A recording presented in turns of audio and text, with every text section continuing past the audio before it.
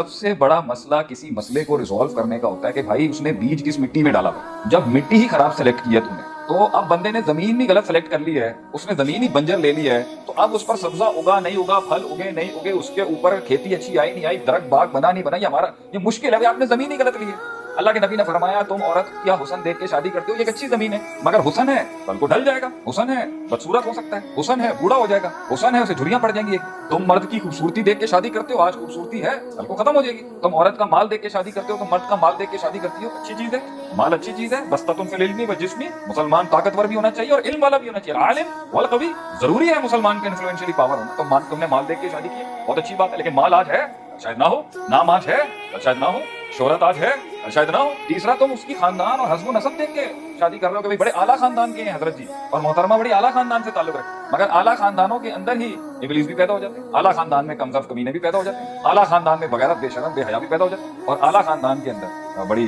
بڑی ایسی قسم کی عورتیں پیدا ہو جاتی ہیں کہ ہمارے الفاظ نہیں ہیں بیان کرنے. تو خاندان ہے آج ہے کل نہیں ہوگا. تم میں سے سب سے اچھا آدمی وہ ہے جو اس چیز پر شادی کرے کہ کل کو جب ان کا آپس میں ٹکراؤ ہو نا, جب ان کا کانفلکٹ آئے آپس میں, کانفلکٹ آف انٹرسٹ ہو یا کانفلکٹ آف پریفرنسز ہو یا کانفلکٹ آف پرائرٹیز ہو یا کانفلکٹ آف ویژن ہو یا conflict of relationship status ہو, کانفلکٹ آف ای کیو ہو, ایموشنل انٹیلیجنس کا کانفلکٹ ہو, انٹیلیکچوئل کوشنٹ کا کانفلکٹ ہو, ان کی پوری زندگی کانفلکٹ میں اور اختلاف میں چلی جائے, تو ان کو اپنی بیسک کے اوپر لانا دونوں کو آسان ہو. اور وہ بیسک دی